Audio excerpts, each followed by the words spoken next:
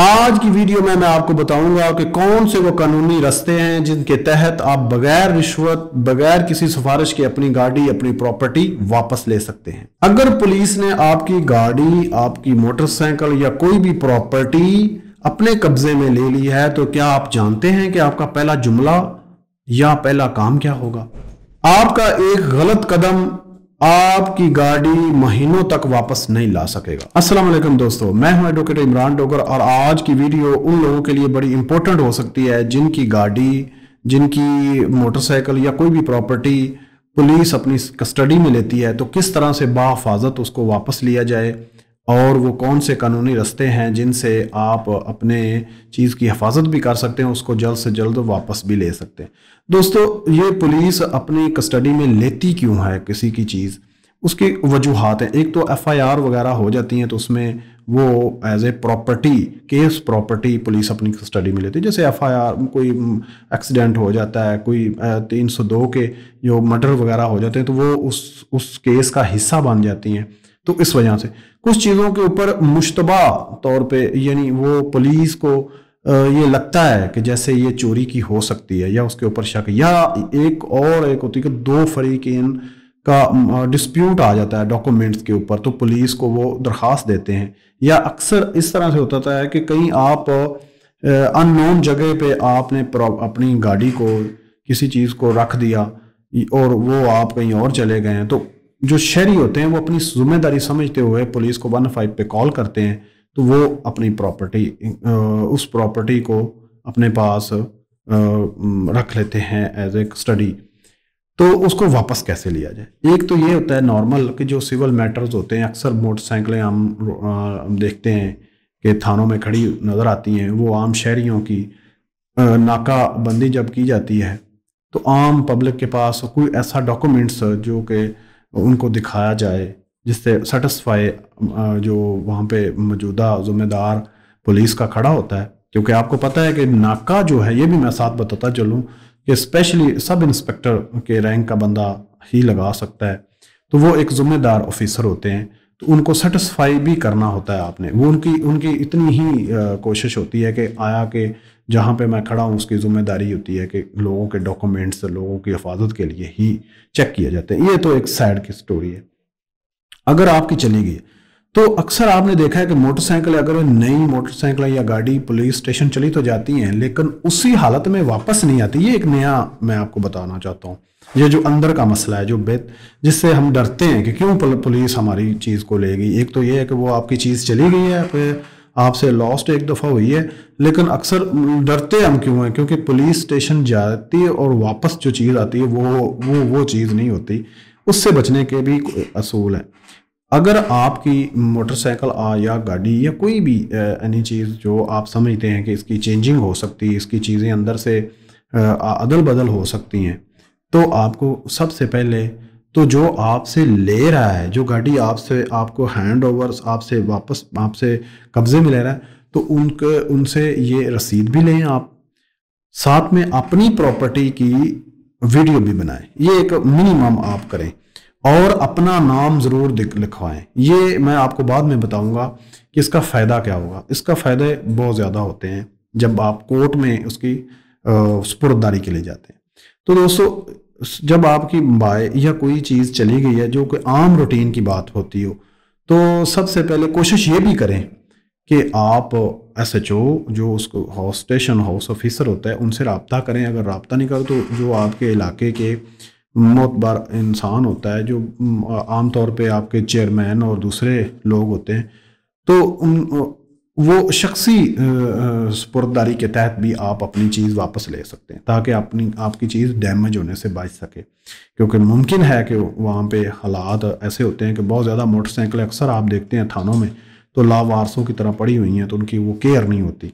हम ज़्यादा आपको थोड़ी को आप इस बात को अंडरस्टैंड करने की कोशिश करें कि मैं क्या कहना चाहता हूँ। दूसरा तरीकाकार ये है कि आप दूसरे दिन ही अपनी सुपुर्ददारी के लिए एक एप्लीकेशन थ्रू एनी एडवोकेट, आप उसी थाने के जो मजिस्ट्रेट होते हैं, जो कंसर्न मजिस्ट्रेट उनकी अदालत में गुजारते हैं, तो वो एक रिपोर्ट मंगवाते हैं। रिपोर्ट क्या मतलब होता है कि वो उस थाने के SHO से रिपोर्ट लेते हैं कि आया कि आपके पास ये प्रॉपर्टी, ये चीज़ अवेलेबल है तो वो उस नोयत के तहत उसकी रिपोर्ट बना देते हैं कि किस नोयत में वो उन्होंने कस्टडी में ली है, उनकी जिम्मेदारी। अगर वो आप समझते हैं कि वो रिपोर्ट अकॉर्डिंग टू लॉ नहीं आई या ये मैटर वहाँ पे नहीं है और SHO या तफ्तीशी जो IO होता है वो गलत बयानी कर रहा है और अपनी रिपोर्ट में हकायक को छुपाने की कोशिश कर रहा है, तो आप उसी कोर्ट में ही ये आर्गो और अपने सबूत पेश कर सकते हैं।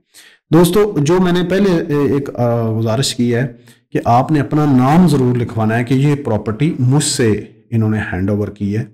उसकी वजूहात ये हैं कि अक्सर हम मोटरसाइकिलें, क्योंकि पाकिस्तान का हालात ऐसे हैं कि गुम हो जाते हैं कागजात और चला कोई और रहा है और उसके हमारे नाम भी नहीं होती चीज़ें, तो आप ये जब पुलिस स्टेशन से लिखा आ जाता है ना कि ये जो ABC जो भी नाम है ये उससे लिया हुआ है, ये हमने प्रॉपर्टी उनसे हासिल की है, या ये मोटरसाइकिल या कोई भी व्हीकल, तो ये एक कानूनी नुक्ता है कि जो लास्ट पोजेसर होगा, जो लास्ट जिसके कब्जे से ये उनके हैंड ओवर होगी, अगर आप अकेले ही इसके प्रॉपर्टी के दावेदार हैं या उस गाड़ी के, तो ये है उसका एक आसान सा तरीकाकार है। तो दूसरे ही दिन आपको वो जिम्मेदार हैं आपकी प्रॉपर्टी आपके हवाले करने की।